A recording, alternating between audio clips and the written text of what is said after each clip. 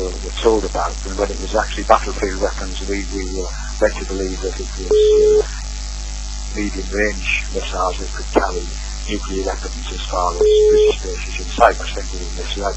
But Afghanistan is different, because I could understand the US after the catastrophe in New York. I can understand them wanting to go after those who claimed credit for perpetrating the Twin Towers. Okay, and I was looking into the records, and actually you voted against investigating the Iraq war. Yeah, I voted against the Iraq war at one stage. I voted for or abstained at a later stage. As you can tell by that I was very, very uncertain.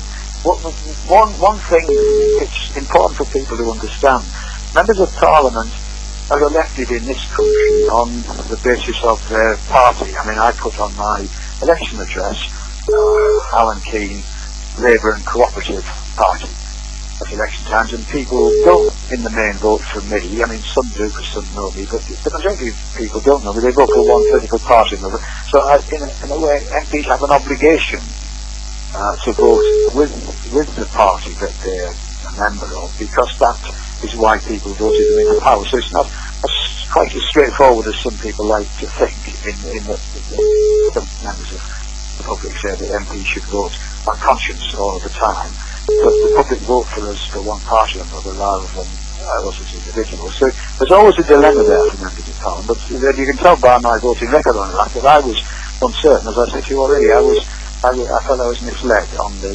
45 minutes time to deliver nuclear weapons and the really battlefield weapons. If I'd known that, I wouldn't have gone anywhere near supporting. Okay. And then is another controversial thing that you voted for was the equal gay rights. Equal rights? Well, with 30% of my constituents, families originating mainly from the Indian subcontinent. I mean, I've always worked very hard, first of all, to eradicate racism, and we've gone a long way. And that's certainly in my role in sport. That's been a massive help towards eradicating racism, and football is doing it all the time on a very regular basis. And I think in a way we've probably gone almost as far as it's practical to go with positive discrimination. That's positive discrimination has now been outlawed by law.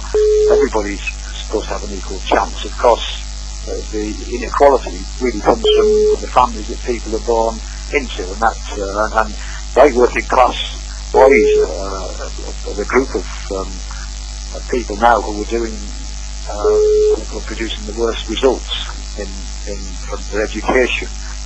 And it's a great massive problem of inequality, which doesn't just run across racial divides.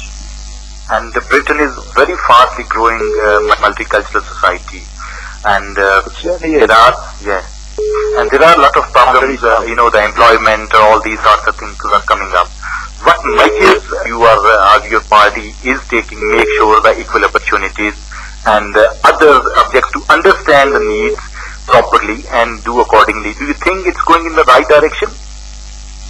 Well, it's certainly going in the right direction, maybe not quickly enough. And politicians have a very difficult problem. It's getting the right balance, and to go too far, to go too quickly, and to antagonise the host community to a great extent can cause more problems for people whose families have moved from other parts of the world. So it's getting that balance right, and the speed of moving from what was there was great bias against people from ethnic minority groups. And, it's got to move just at the right speed. It's got to be a speed that's acceptable to everybody. Can I say that in my constituency, where I say that we're getting on to 30% from the Indian subcontinent, the results from education from people whose families probably moved in the 60s from India and Pakistan, the education results are absolutely excellent. Great tradition of families and people who move from the subcontinent to make sure their children get the very, very best they can from their educational. My next question was that what is your honest thinking about the Kashmiris living in the UK? Well, I've had, surprisingly, I've had very little, very few approaches from the Kashmir issue, and probably, I don't know whether the reason for that is that people living in West London, wherever they come from, they get on pretty well together, and you know I know under the surface there are big differences between group people,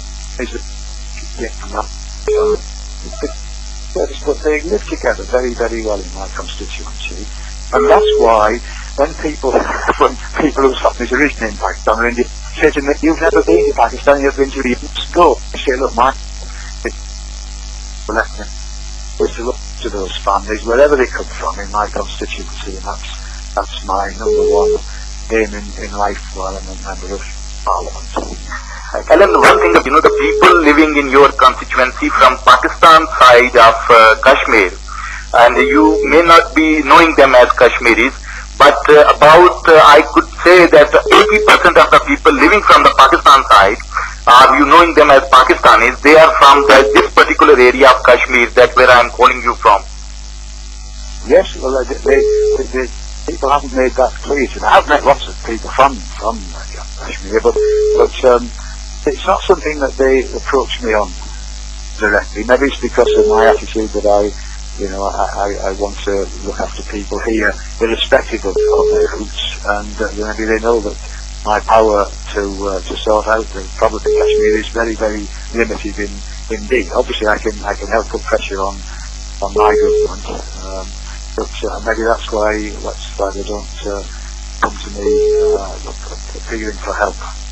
Would you like to visit Kashmir when you come to Pakistan next time? Would you like to be our guest? Well, I have never been to Pakistan or India, and I say always when people say I'd love to go. I obviously would love to go, but I say to people, look, I'm so short of time always. I've got so much constituency work to do, so much casework, that I say, look, I'm trying to restrict my efforts to looking after the people who are here and not go and visit. I know I would learn. I'm not denying that I would learn a lot if I did visit Kashmir.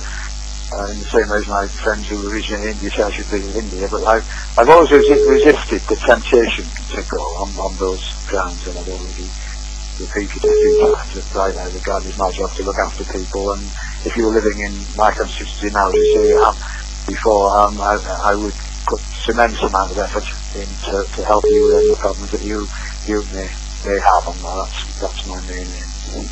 Thank you very much for your time. Hopefully whenever I come next time, I will come to you. Well, please come and have a cup of tea in Parliament when next year. Okay. Thank you very much for your time, Alan. Thanks again. Thank you. Okay, it's a great pleasure. Bye-bye. Bye now. Number one station for listening at work. 96 FM.